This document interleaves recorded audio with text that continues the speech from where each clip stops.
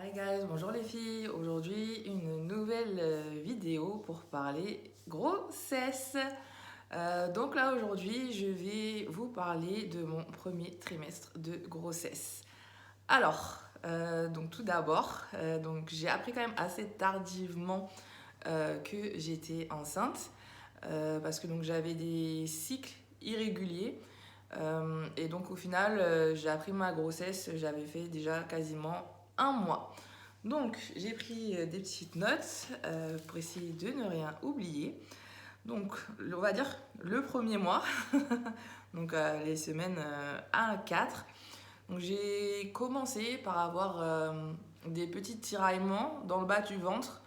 Après, ça m'a pas spécialement alertée parce que c'est vrai que quand j'ai mes règles, voilà, j'ai souvent des tiraillements dans le bas du ventre, au niveau de la poitrine aussi, un peu des douleurs, etc. Donc pour moi, j'ai plus associé tout ça voilà, à l'arrivée des règles parce que c'était un peu mes symptômes habituels. Après, par contre, j'ai eu une semaine où j'avais un peu la sensation d'avoir un goût métallique dans la bouche. Après, ça n'a pas duré très longtemps. J'ai eu une période aussi où j'avais vraiment des énormes fringales. Et après, là où je me suis vraiment posé la question, c'est qu'un jour, je me suis vue dans le miroir et je me suis dit, mais attends, ma poitrine, elle n'est pas comme d'habitude. Et notamment au niveau des mamelons, où je me suis dit, mais avant, ils étaient pas aussi gros, etc. Et donc finalement, après, bah, je me suis décidée à acheter un test et il était positif. Donc voilà un peu au niveau des premiers symptômes. Ensuite, là où ça s'est vraiment intensifié, ça a été plus à partir du deuxième mois, où là, les nausées ont commencé à apparaître. Alors, j'ai pas vomi, mais par contre, tout ce que je mangeais, ça me restait littéralement sur l'estomac. Il n'y avait rien à faire. Et du coup, c'est vrai que j'ai trouvé que ça a été assez frustrant parce que bon, je suis plutôt quelqu'un de plutôt de bon vivant, j'aime bien manger, etc. Et là, bah, en fait, peu importe ce que je mangeais, il y avait strictement rien qui passait. C'était assez désagréable. Ensuite aussi, le deuxième mois, une fatigue, mais vraiment extrême. D'habitude, je suis plutôt quelqu'un voilà, qui est dynamique, je fais beaucoup de sport, je tiens pas trop en place. Et là, franchement, le deuxième mois, j'étais mais vraiment séchée. Voilà, enfin, c'est vraiment quand je prenais sommeil, fallait que je dorme vraiment, mais tout de suite. Donc du coup, forcément, quand on est au travail, c'est compliqué. Après, moi, l'avantage, c'est que j'avais quand même 3 jours de télétravail par semaine. Donc, ce qui fait que du coup, j'arrivais à m'arranger des petites siestes dans la journée.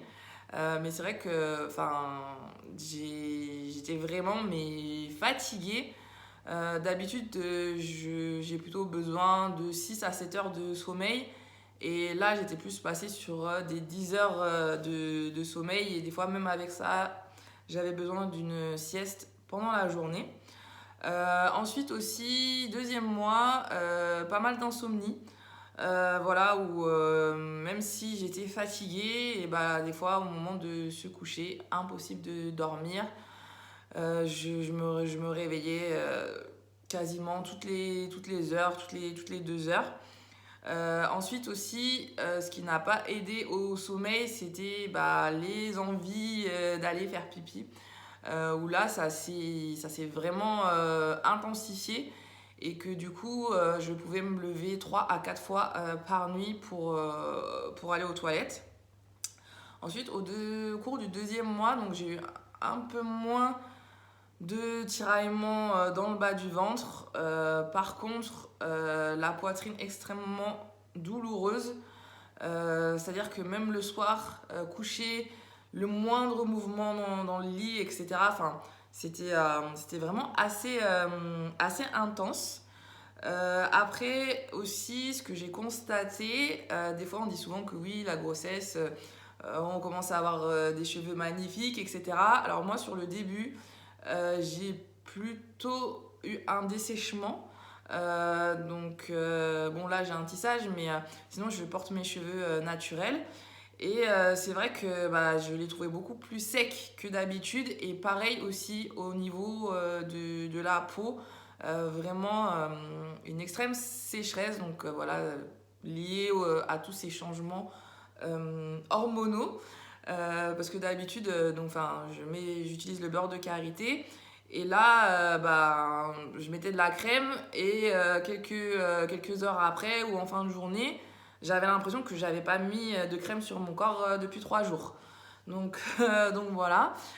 Ensuite, après, le troisième mois, donc toujours un peu cette sécheresse voilà, au niveau de la peau et des cheveux. Par contre, sur le début du troisième mois, j'ai constaté que mes cheveux s'étaient épaissis, surtout au niveau des racines. Où voilà, là, j'ai trouvé que voilà, mes cheveux étaient beaucoup plus épais.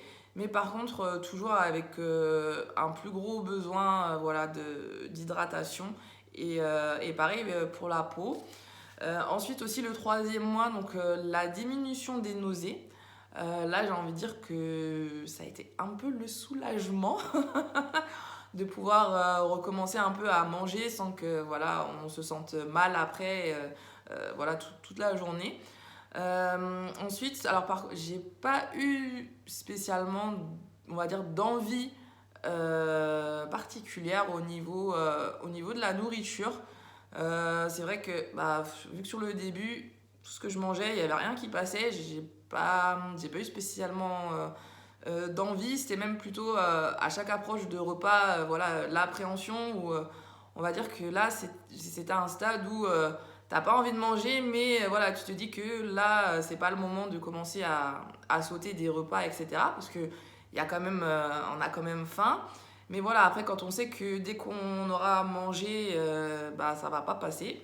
C'était pas des moments agréables dans la journée. Donc après, même aussi en essayant un peu de fractionner mes repas, c'est-à-dire que je préparais ma quantité habituelle, mais du coup, je répartissais tout au long de la journée. Et même avec des petites quantités, ça ne passait pas. Donc là, c'est vrai qu'après, arrivé sur le troisième mois, les nausées se sont tassées.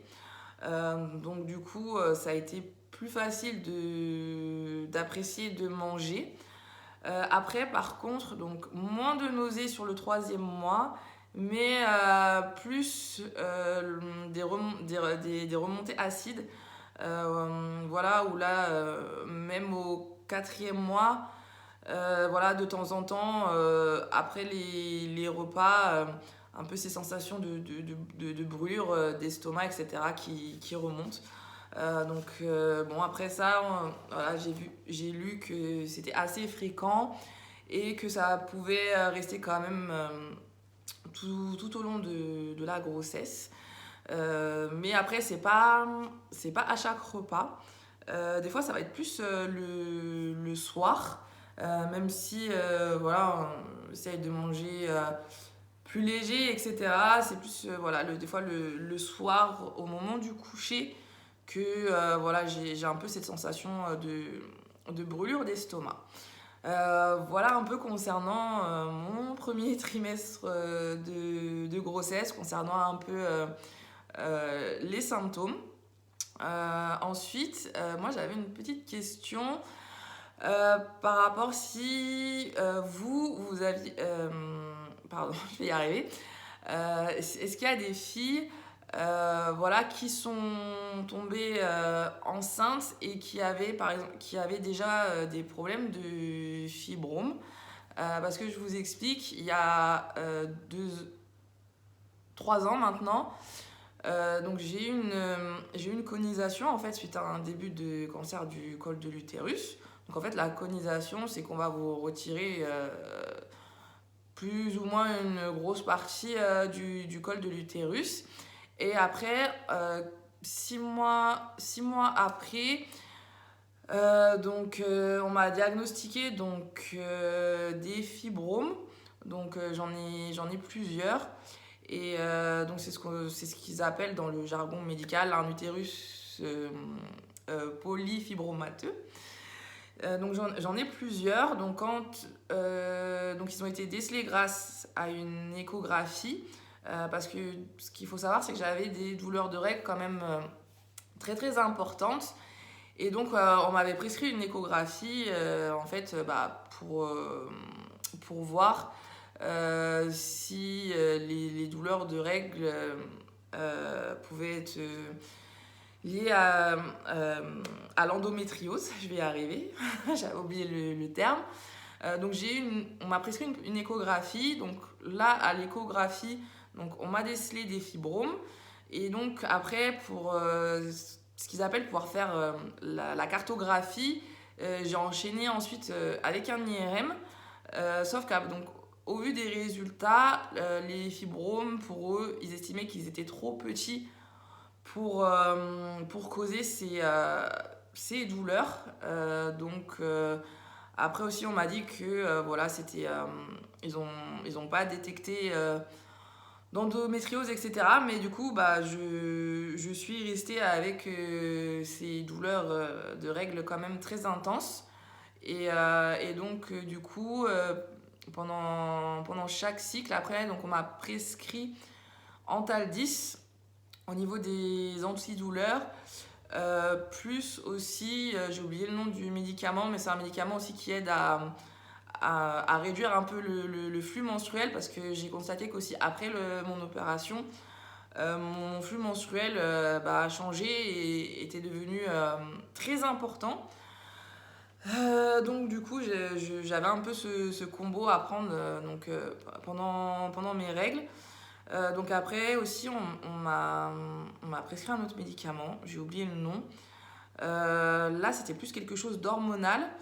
Justement, aussi, c'était censé aider pendant les règles à réduire la douleur. Mais bon, franchement, je crois que j'ai pris ce médicament pendant 2 mois et demi. Et après, j'ai arrêté parce que j'avais trop d'effets secondaires. Du coup, celui-là, je l'avais arrêté et j'ai gardé que Antal 10 et l'autre médicament pour essayer de réguler un peu le flux menstruel. Et là, oui, pardon, je divague un peu. Concernant du coup le résultat par rapport à l'IRM concernant les fibromes, ils étaient tous inférieurs à 5 cm. Donc il m'avait dit oui, ils sont trop petits. Entre guillemets, mes douleurs menstruelles ne peuvent pas venir des fibromes. Et en même temps, ce n'est pas l'endométriose. Donc j'étais très bien avancée, sachant que du coup je ne savais toujours pas pourquoi j'avais aussi mal pendant mes règles. Après aussi, ce qu'on m'a dit, c'est que à la suite de ça, j'avais ramené les examens à mon médecin. Il m'avait mis un peu la pression concernant un peu le désir d'enfant. Parce que c'est vrai que quand on a beaucoup de fibromes, après, le seul moyen, c'est une opération. Mais comme j'avais déjà eu une conisation, j'avais quand même déjà un utérus assez fragilisé. Et que, en gros, si je souhaitais absolument me les faire enlever, c'est-à-dire que là, c'était directement, on retire l'utérus et basta. Forcément, il ne m'a pas proposé l'opération, comme à ce moment-là, je lui ai dit que je ne savais pas encore si je voulais des enfants ou pas. Il m'avait dit, dans ce cas-là, il faut pas traîner. Et donc, normalement, j'avais une échographie de contrôle prévue en avril. Et du coup, c'était pas prévu, mais j'ai eu la bonne surprise à fin janvier d'apprendre que j'étais enceinte. Et j'ai, suite à l'échographie du premier trimestre, bébé va bien, etc. Par contre, le médecin qui m'a fait passer l'échographie, il a revu mes fibromes et le souci, c'est qu'ils ont grossi. C'est-à-dire que j'en ai surtout deux qui sont assez importants parce que j'en ai un qui mesure aux alentours de 6 cm et l'autre qui est dans les alentours de 7 et quelques. Donc en fait j'en ai un à gauche, un à droite. Et donc là, donc, il m'a annoncé que du coup, pour la continuité de ma grossesse, du coup, il fallait que j'ai un suivi plus poussé. Donc du coup là je pense que je vais devoir faire une échographie de contrôle tous les mois au lieu des 3 échographies on va dire réglementaires. Et j'avais aussi dit parce que en fait j'avais aussi choisi au départ de me faire suivre par une sage-femme, et du coup il m'a dit que ce serait pas suffisant et que du coup qu'il fallait que je trouve aussi un gynécologue obstétricien. Voilà, parce que on ne sait pas trop du coup comment ça va évoluer. Parce qu'en fait, le souci, c'est que s'il continue à grossir, il se peut que ça finisse par gêner le développement du bébé. Donc, pour l'instant, il m'a dit il n'y a pas à s'inquiéter, il a encore beaucoup de place. Bon, en même temps, je suis à 4 mois, etc. Donc, il est encore très petit, mais du coup, c'est vrai que pour la suite, du coup, je ne sais pas trop comment ça va se passer. Donc, du coup, je voulais savoir si vous, voilà, entre guillemets, vous avez eu la même chose, c'est-à-dire, vous aviez des antécédents de fibrome et que voilà, vous êtes tombée enceinte. Un peu vous, du coup, comment s'est passée un peu votre grossesse? Parce que c'est vrai que voilà, depuis ça, du coup, je me pose pas mal de questions, à savoir comment ça va se passer. Est-ce que du coup aussi, bah, je pourrais quand même accoucher par voie basse, ou si du coup ce sera forcément césarienne. Donc c'est vrai qu'après, je sais que mon médecin, il m'avait prévenu en disant que bon, pour l'instant, les fibromes, avant que je tombe enceinte, étaient petits, donc il n'y avait pas de problème, et que leur localisation ne m'empêcherait pas de tomber enceinte, etc. Mais c'est vrai que voilà, après il m'avait dit, c'est que le facteur grossesse peut faire que du coup, il grossit suite à la vascularisation du coup aussi de l'utérus pendant la grossesse. Donc voilà, après je m'y attendais un petit peu. Mais c'est vrai qu'au final, quand le verdict est tombé voilà, lors de l'écho du premier trimestre, bah, maintenant je me pose pas mal de questions à ce sujet. Donc voilà, je voulais un peu partager les expériences. Voilà, si pour vous aussi, vous avez eu un peu le même diagnostic. Donc voilà, concernant, on va dire, symptômes, premier trimestre de grossesse. Et aussi, bah, moi, voilà, ça m'intéresse de savoir si vous aussi, si vous aviez voilà, des fibromes, comment s'est déroulée votre grossesse. Voilà, bah, je vous fais des gros bisous, prenez soin de vous et je vous dis à bientôt. Bye bye.